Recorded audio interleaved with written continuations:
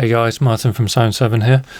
So we've recently started stocking a synth by a Japanese developer called HY-Poly, and just wanted to do a quick showcase video, not really a review, but more of a showcase video just on the synth, because we've been engaging with the developer directly. And after finding the synth and being able to stock it and work with the developer to be able to stock it on our website, and actually having used the synth, really think it's something quite special, and actually a bit of an underrated gem. It's really well designed and really well coded as well in terms of the DSP and the audio quality that it emits, but there's loads of little kind of like GUI kind of user experience and user flow pieces that are really slick as well, and you can definitely see it's kind of inspired from some bits of Ableton and some bits of the kind of drag and drop modulation that was being popularized in things like the HY-Poly Synth and Serum, etc. And it kind of brings all those things together in a really nice clean package, and the GUI is really nice and easy on the eyes as well. Really easy to use straight off the bat, but it's got a shed load of features under the hood as well. So many different synthesis types and oscillator types, and so on and so forth. So, let's load up the synth.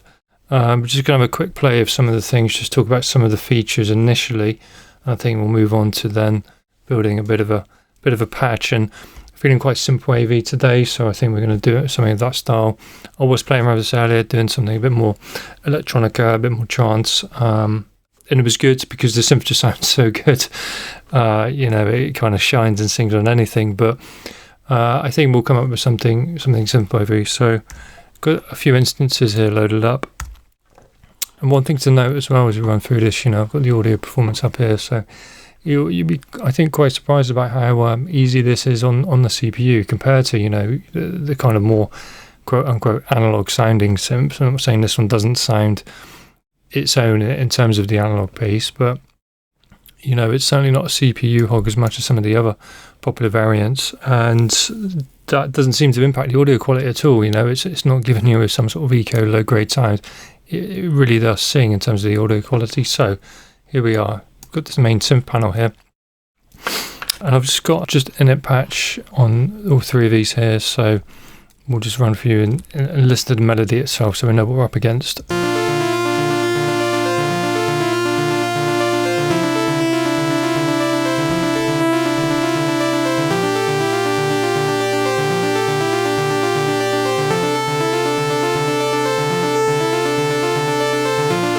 So lots going on there in terms of sound, but also lots going on the screen. Okay, so we're going to, I think, just mute off a couple of the other melodic pieces, and we'll just focus on the lead at the moment, just to run through some of the things on the synth.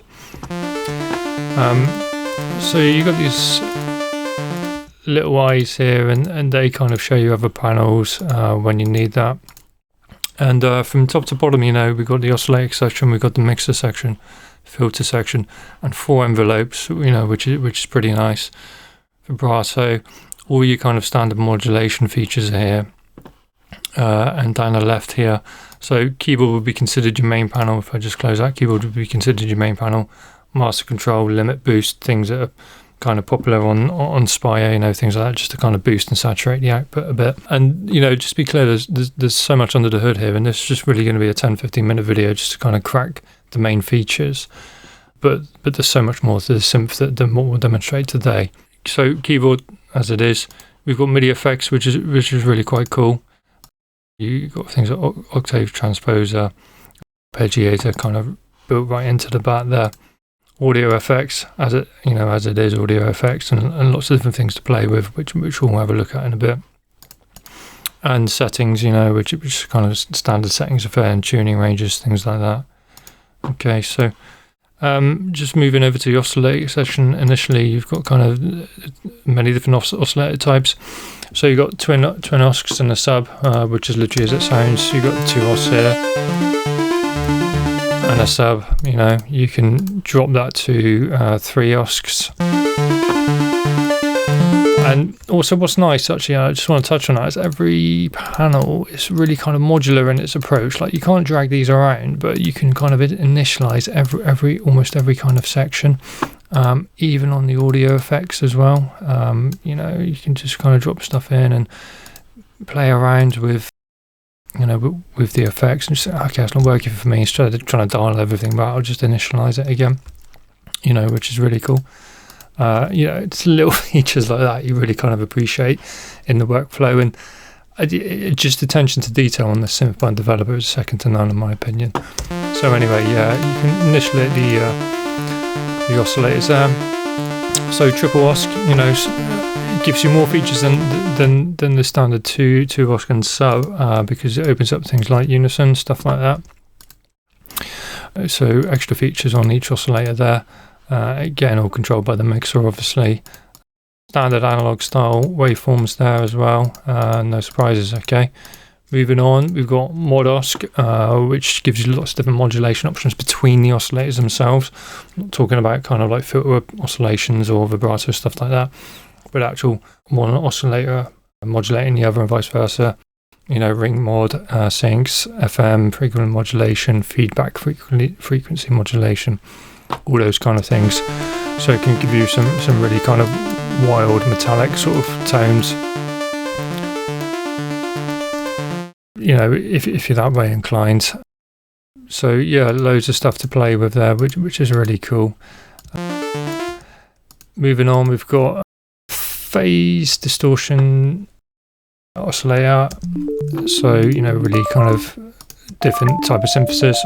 Gives you really nice kind of, you could kind of stereotype it, characterize it perhaps as more ambient tones, more kind of glassy, you know, that kind of ethereal stuff, which is really cool.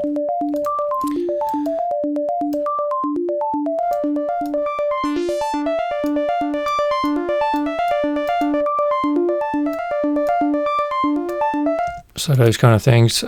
Vector oscillator with 4 oscillator types, which is, you know, really cool when you can load the vector wavetable straight in here. So, you know, if I just literally just load a random ones here, we'll just click into a few of those past.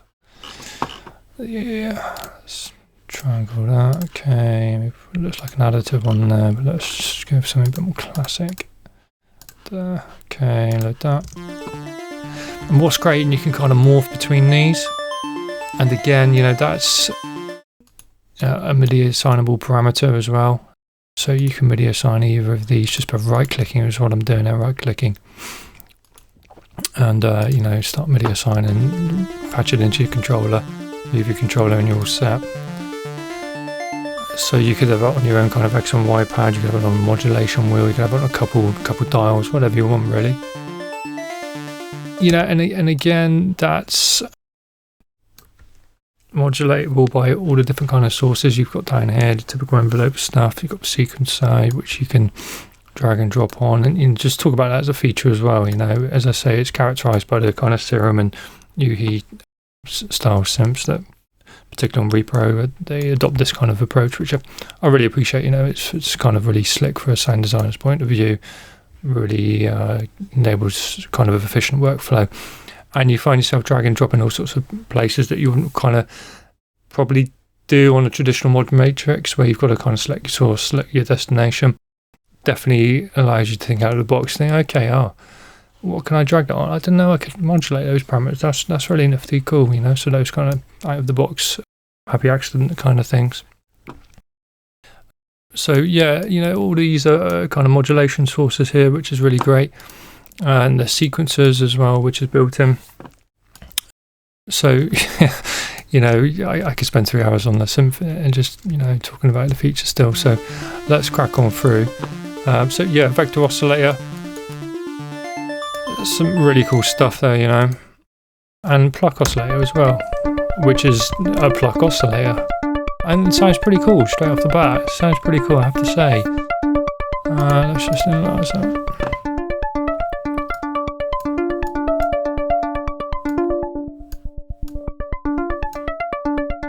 Things like body, treble,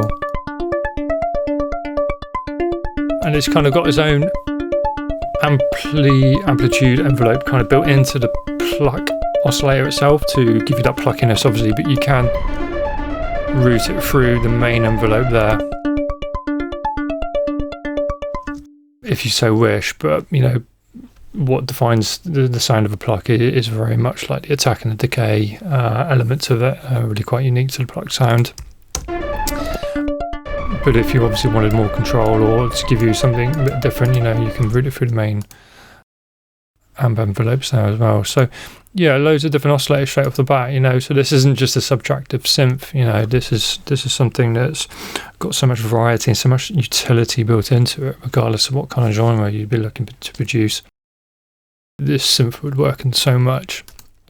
So yeah, that's that. Let's just have a look at some of the audio effects. So, you know, standard stuff, but there's some additional things in there like grain delay and lo-fi delay, which you wouldn't find normally on many synthesizers. Independent filter effects as well that are independent of the main filter. 3-band EQ, which is quite limited in terms of no kind of Q control or anything to deal with the bandwidth, but you know, a welcome addition nonetheless. Frequency shifters, pitch shifters, classic modulation effects, nonlinear stuff, which, you know, they characterize as lo-fi clipper, overdrive and distortions, dynamics, standard dynamics stuff, reverb, just one reverb, but it's a good one, and, you know, oscilloscope and some utilities there as well. So, you know, that's by and large the main features here, you know, just kind of a quick rundown. But no better way to get to know a synth than to actually start kind of building some sounds. So, you know, let's crack on, focus on this main lead, initialize everything, I think, just back to square one, and let's start building. So for this kind of lead sound, I'm just going to focus on one oscillator. You know, such is the quality of this synthesizer. You know, you can get such good tones just out of a single osc. So let's do that. You know, as we're thinking synthwave, and we're going for the synthwave style, you know, we're going to focus on those kind of hollow square wave sort of classic tones. We're going to drench it in reverb, of course. We're going to get some delay on there, I think. We'll bring the filter down as well and kind of get that sound kind of just sloping out of the, you know, the filter envelope as well, which will give it really nice synthwave sort of style, a lazy sort of sound.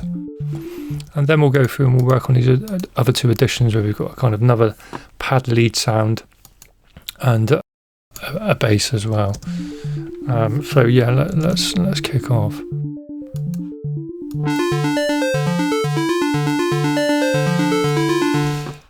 Sorry, I'm just gonna reinitialize everything. Yeah, right.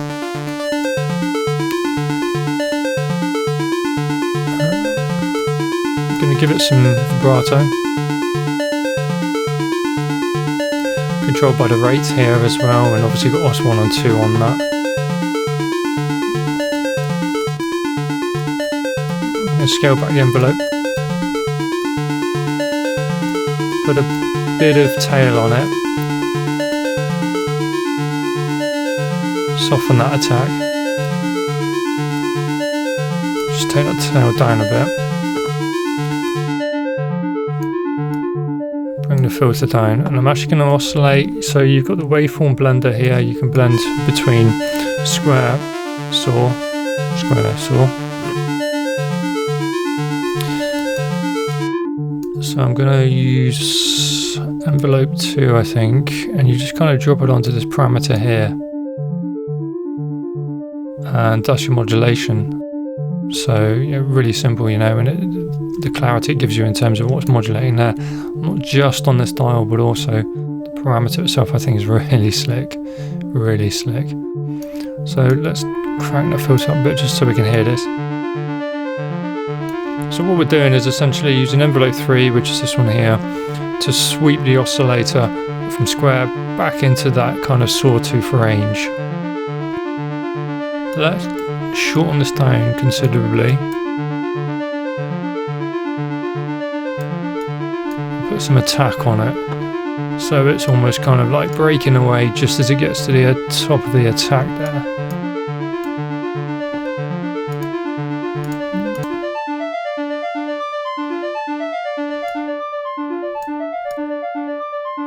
resonance just to sharpen that sound. And we're going to scale back all the way on the second envelope here, and we're just going to use the envelope depth control built into the filter just to start cutting into that filter. Again, lazy attack.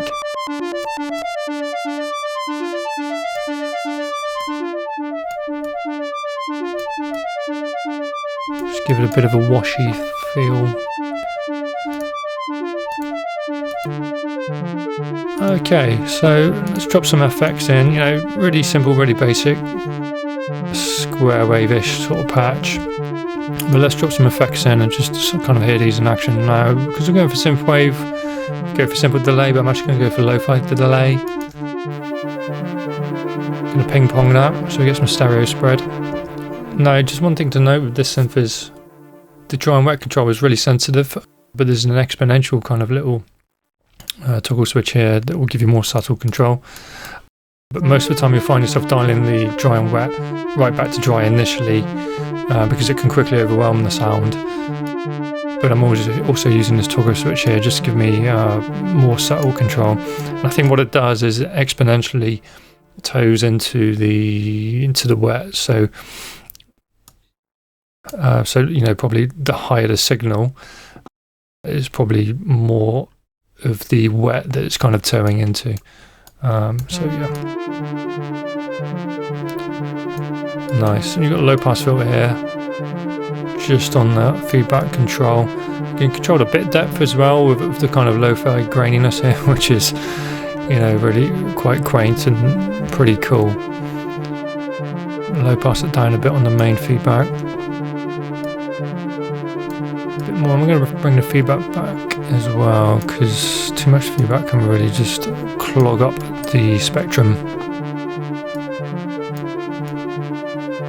That will afford us the ability to put a bit more wet signal in. There we go, it's just about right. I'm on headphones and I find it really hard to dial in patches and do anything really on the headphones because I'm so used to mixing in the ambient environment with the main speakers. So some of these volumes might just be a bit off, so you know, forgive me on that if the signal is a bit too much. Okay, cool. What do we need? We need a reverb, obviously. We need a reverb. So if I had a reverb here, it's going to stick it in front of this delay line, which is fine because you can rearrange these, but also kind of literally like the Ableton style, you know, you can chain them up one after the other here as well. But yeah, these are drag and droppable, as you can see, and you can just quickly swap the order of the effects, which again, another welcome feature. So I'm going to leave the toggle off because I quite like the kind of drenchiness of the reverb here. I'm just going to scale it back on the decay, bump up the mod depth a bit, and there we go. It's like I'm driving down Miami in the 80s with some sort of neon background that never used to exist. Okay, so cool. Let's crack on with the bass now.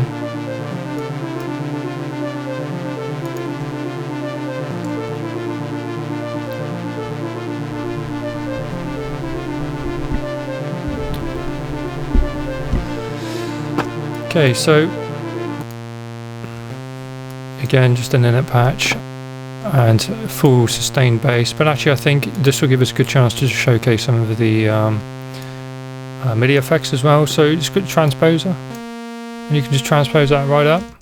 See, it's gone up an octave, or down an octave, or back to default, which is really cool.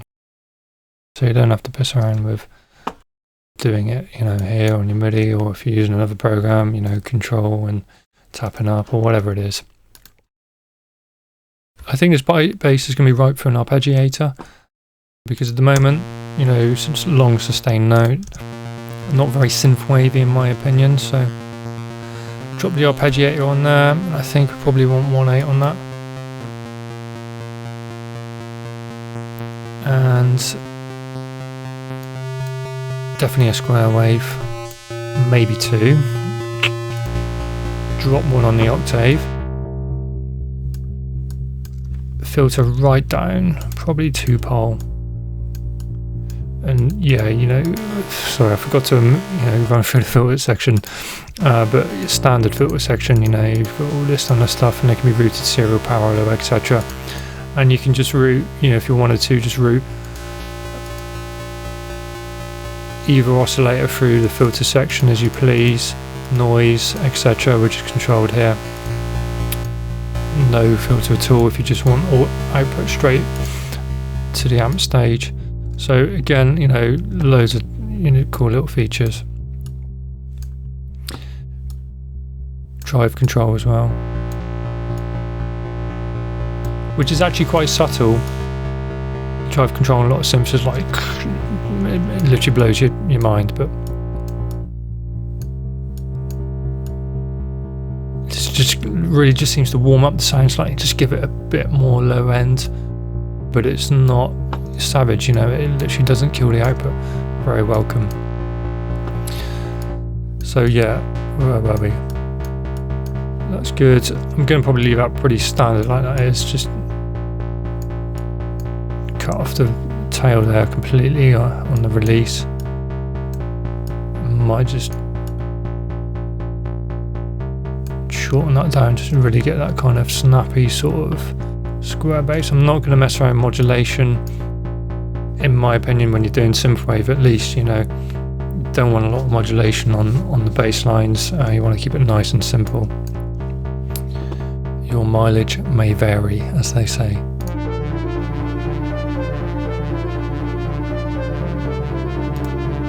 Don't forget, we can see, this is when the mixing comes into it, is where the levels really, I find it really difficult in the headphones on the levels. I'm so used to mixing on the speakers. Okay, but you know, let's be honest, that's sounding pretty good, you know, just for a little synthwave kind of loop. So last one, let's do a pad.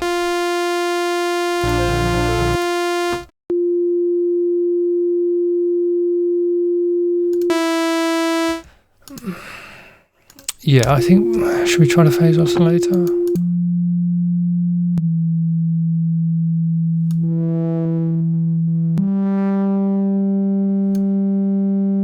Let's build something around this. Where am I going now?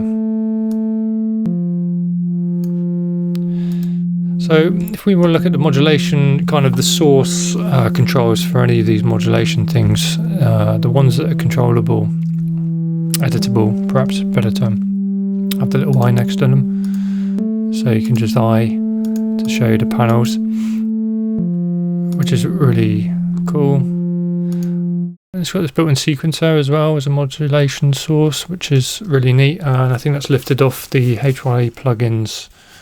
They do a big VST effect, which is a big MIDI synthesizer, and it's really big, loads of feature, and you could, you know, drop it into 3 or 4 tracks and just bang out complete tracks just from these MIDI sequences that they do in the effects. So yeah, you know, again, loads more depth there as well. So I think it's lifted straight from that, and you've got quite a few parameters lifted from that as well. So yeah, pretty cool. So back to the LFO. So we're just kind of using the LFO there to drift between the X control of that oscillator. Let's bring in another one. Let's do a similar thing on the Y control for this one.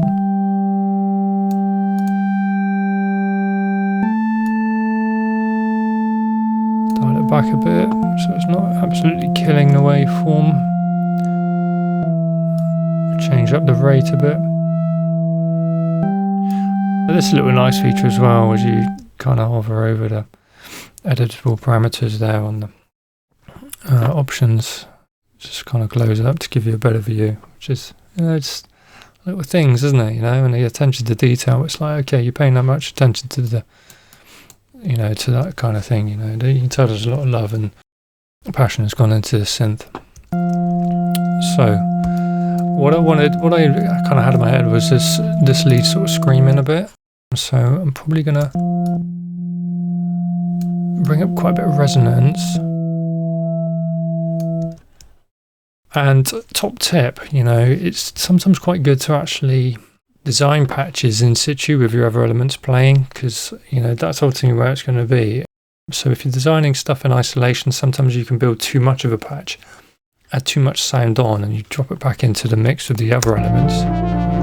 And you're like, it's kind of overwhelming. It's really difficult to sit right, and then you've got to spend more time down the line mixing it back out, or going back to your sound and revisiting it. But just for the purposes of demonstration here, I'm just doing it in isolation, just so we get a bit more of a feel for the actual sound design elements, what we're trying to do here. But yeah, I had in my head I really wanted this pad to scream a bit, so I'm just going to pump up the drive, give it a bit more oomph. I'm going to bring down the master control quite a bit to save my ears and everybody else's who may be listening. Go to nonlinear and probably just overdrive on it.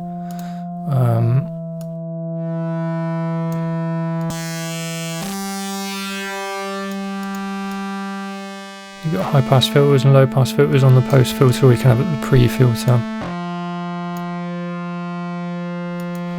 I'm gonna, because it's a pad, I'm gonna let it ring out further. I'm gonna, yeah, let's go with overdrive. Distortion is just a bit too ampy.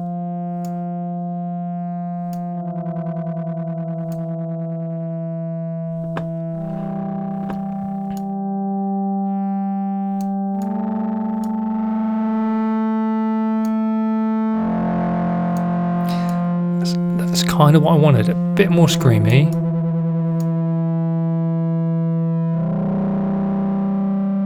But that'll do for the moment, for the benefit of what we're doing here. That would do. More on the levels there. Just going to dial that right back.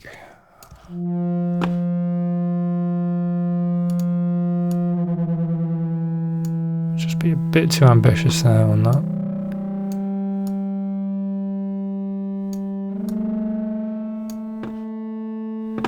Might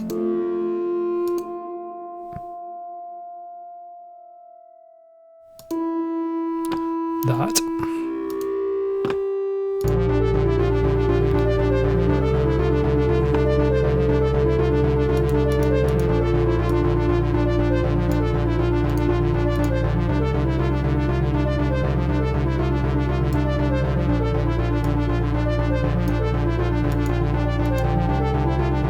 Just trying different octaves to see what's going to sit well in the mix. Pretty good. What I wanted to do as well, probably just get a chorus on here.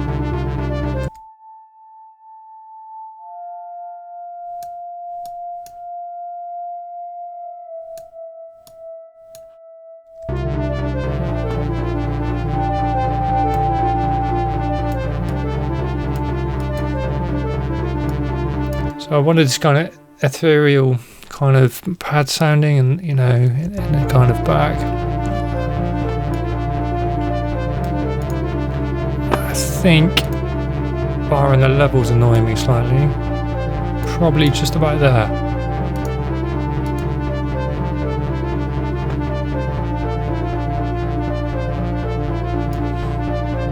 And there we are. So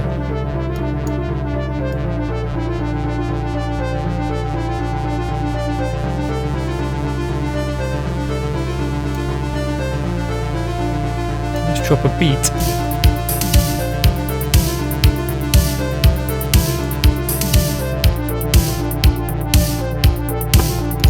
We really wanted to go crazy, and do you know what? This isn't normally associated with Synthwave.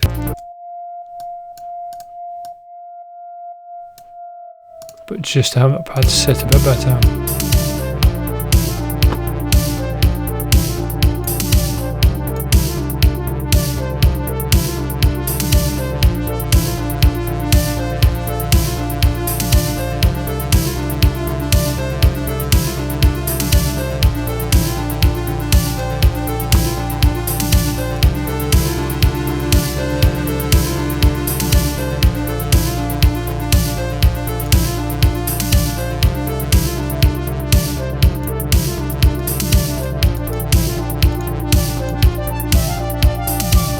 at me clicking this one, and it's not even on the mix. Put a stop to that.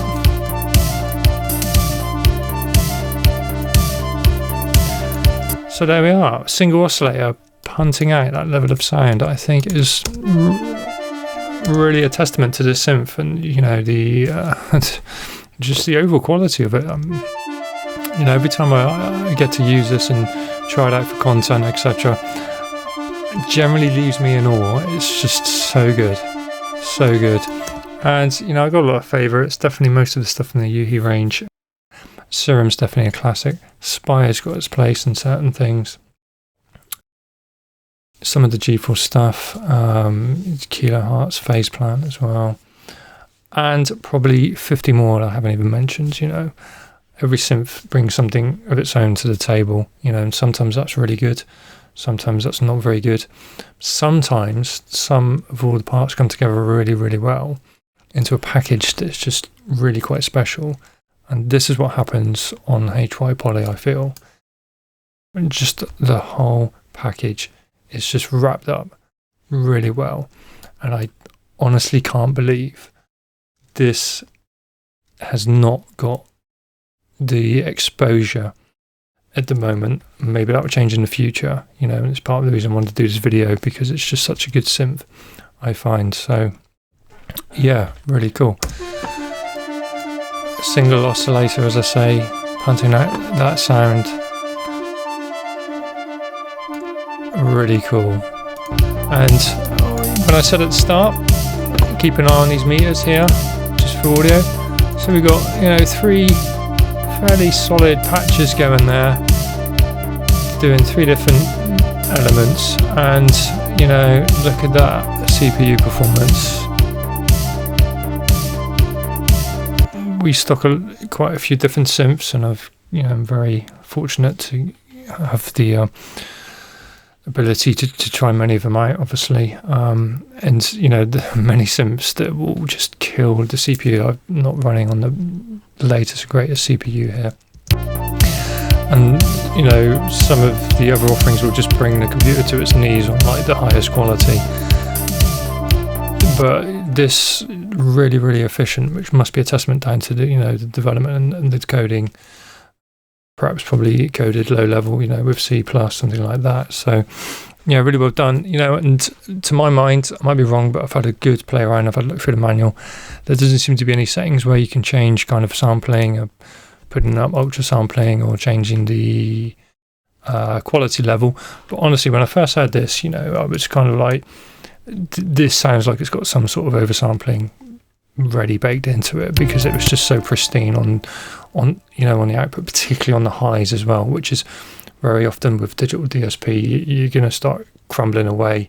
The higher up the registers you go, you know, the aliasing is going to come in, and that quality is just going to literally just going to crumble away. But this thing, no, it just keeps that pristine audio quality right up the range, you know. So convinced there's some sort of oversampling baked in. There has to be, or it's just super duper coding. I don't know. I'm not a coder, but whatever they're doing, they just keep doing it because it's working.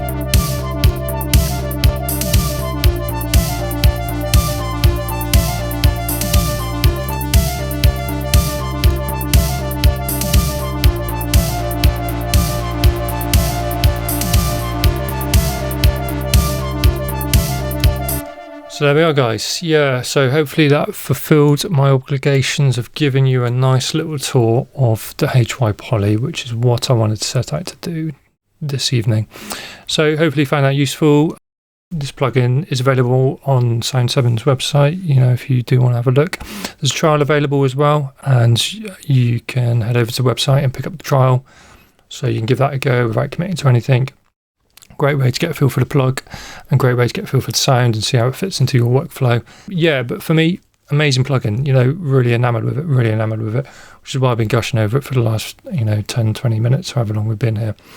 We'll wrap it up there, I think. Appreciate your time watching this. Hopefully you've learned a bit more about kind of sound design, perhaps, maybe a bit more about Synthwave, and if not, definitely hopefully learned something about HY-Poly. And we'll see you soon for another showcase for another synth I expect. Cool. Thanks. Take care, guys. Bye-bye.